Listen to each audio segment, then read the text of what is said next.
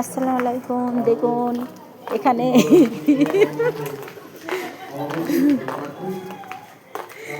কি হচ্ছে?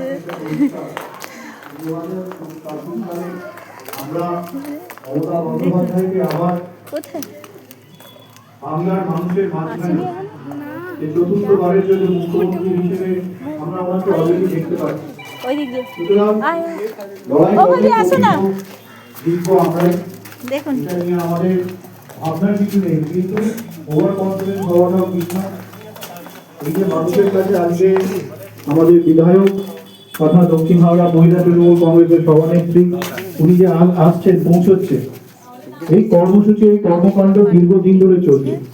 আমি আমাদের দক্ষিণ হাওড়া মহিলা তৃণমূল কংগ্রেসের সভানেত্রী আমাদের শিল্পী দিকে এই উন্নয়নের পাঁচালী সম্বন্ধে বলার জন্য, দু চার কথা বলার জন্য আহ্বান।